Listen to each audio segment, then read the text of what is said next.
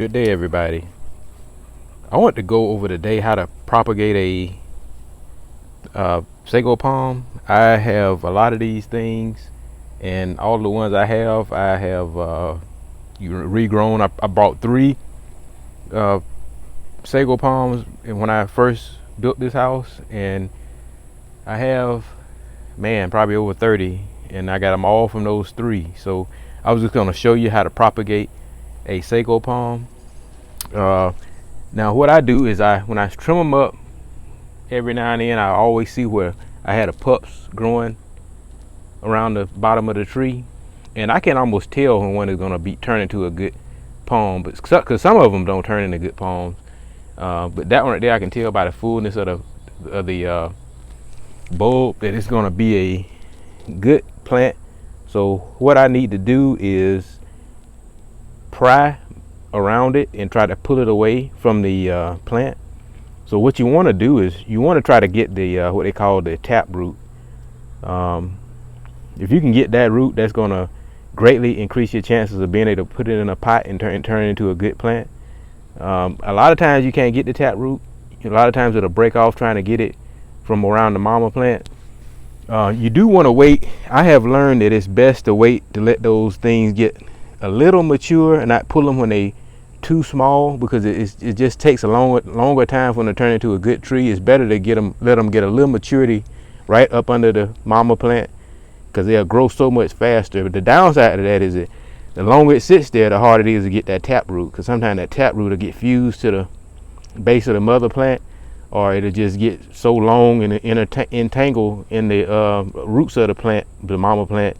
It's hard to get it out of there. So it's kind of a catch-22. But if I'm going to try to pry this one away, if I don't get the tap root, then there's another solution to turn it into a rooting plant. So let's get started.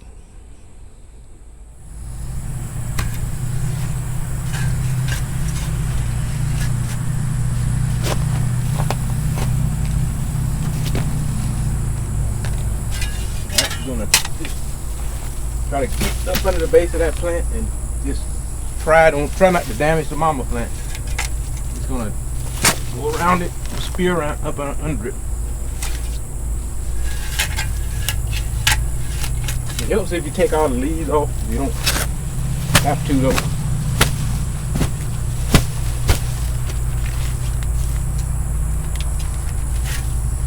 You kind of got to go all the way around it until you can get it loose.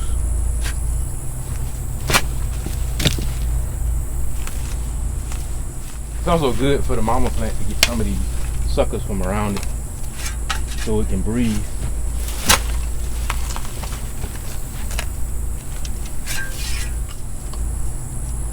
Kind of like a loose tooth, you know. You gotta just kind of wiggle it till you get it out of there. But you want to take your time. Right? Feel it coming. Just keep spearing around each side of it.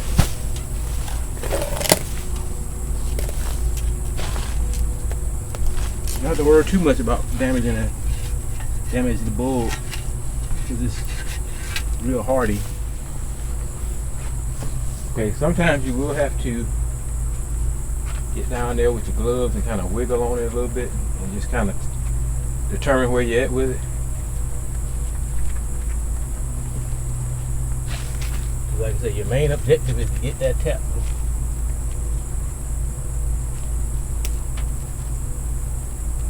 I think I can see the tap root right on this right side, so I'm gonna try to stay away from that side.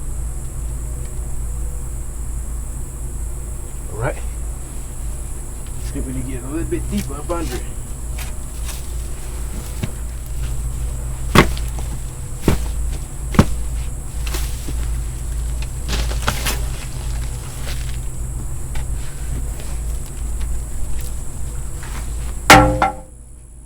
Okay, everybody, so it is, got it out of there. We missed the tap root. That's where the tap root would have been, right in here. So we'd have got that long tap root, and we would have been able to pot it up right away. But since we missed that, we're gonna. But there's no doubt in my mind we got enough.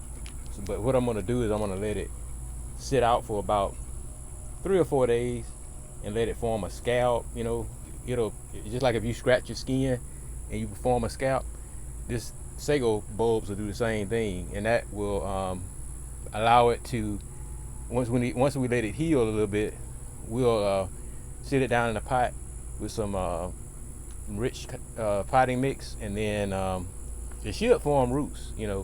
It's still about a 75-80% chance it'll form into a good plant. But anyway, I will let it sit a few days, and then I'll come back and we'll do the potting mix, and I'll show you how deep you need to pot them. Okay, y'all, we back.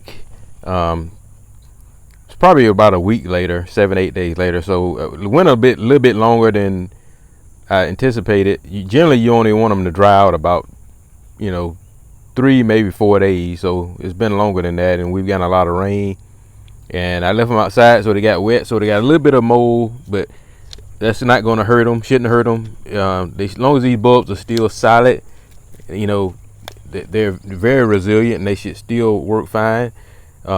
Again, we didn't have a tap root on these. I want to say every one I've done like this had eventually formed roots, so I think we'll be successful with these bulbs too. So I'm gonna make up the mix. I'm gonna use basically about 70% compost, just the regular compost you can get at the store, and I'm gonna mix it with about 30% peat moss. So just once they start forming roots, that peat moss will help establish a good root system on them.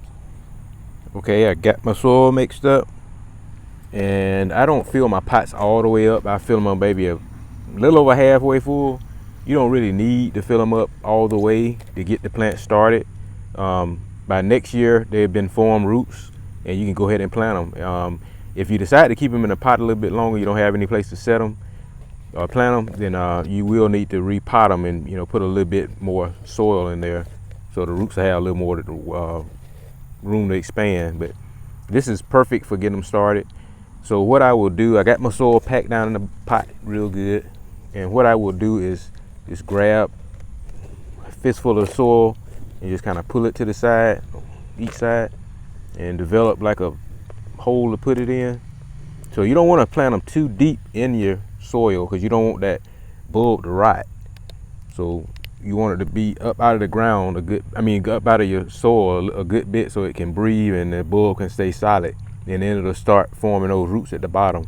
So I just sit it down in there, give it a good twist, then just lightly just tuck that soil back around it, so it's not going to be too deep in the soil. So it's hard to do this with one hand, so I'm going to, and make sure it's sitting straight up in the pot. So make sure you got your soil real tight all the way around it. That's basically how you want it to look. It's very simple to do. Just wiggle it. As long as you wiggle it and that bulb doesn't fall over, then you got enough soil in there. But you want to, keep the minimum amount of soil in there you can. You want that bulb sticking up out the soil. So you want the bulb in the ground, in the soil, about 3 or 4 inches down. Then let the rest of it stay exposed, and it should form roots by next year. Now this is the other one I planted. This is the one with the prongs on it. Sometimes I leave the prongs on there. I always leave the prongs on there if I can get the tap root, because I know it's gonna form roots real fast, and it's gonna maybe put out a sprout. So and I always keep them on there in the beginning of the summer. If I do this in the spring or the summer, because they have all summer to form roots, and these prongs generally will stay green, and then they'll just start sprouting out from there. But this is the beginning of September, so it's fall, getting into the fall, finna get into the winter. So I'm probably going to go ahead and trim these back soon. I'm gonna leave them like that for a little while, but generally I trim them back like this when I do them this late in the season. So when I water it, it's better I get a little pail of water, a little bucket of water. That way I can channel that water right down on the soil, and I just keep it moist about every 3 or 4 days. You want to get that soil moist, and then let it dry out completely, and then reapply water. And just the main thing is just not to let this bulb get water in it, and let it stay dry and solid, and just let the soil around the base of the bulb stay moist. And it just, like I say, it's September. I'm gonna let it sit out as long as it, till the weather gets cold. Once the weather get cold, then I'll put it in my storage room, and it should form roots. I say by the springtime, I should lift it about the pot and see where it's starting to form roots. Then during the spring and summer, it should form really aggressive roots, and then it starts sprouting out right at the top of that bulb. And once I see it starting to sprout out, then I know it's gonna be a good plant. Here are 2 sagos that I just planted from ones that I propagated the same way.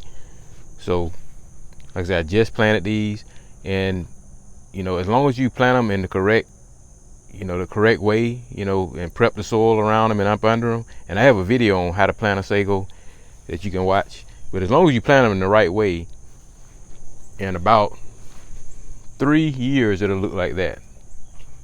3 to 4 years, and in about 5 to 6 years it'll look like this.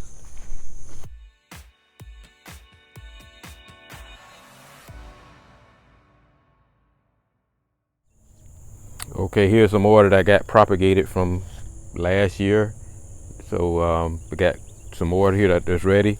And like I said, these right here, I'm pretty sure most of these were like the ones I showed you that I just got the bulb out the ground and not the tap root. Some of them I might have, I can't remember, but as you can see, they'll form roots. Like this one it's been in here since last year, so it's formed the roots off the bulb pretty quick. And I know this one did because I repotted it, because I see how deep the soil is. I mean, how deep the soil is. So I probably got it started and then repotted it, and that's what you'll need to do once they get established. But anyway, it's very simple to do. I hope you liked the video. Let me know in the comment section if you've tried this and if it worked for you, and if the video helped you. And please subscribe. Thanks again.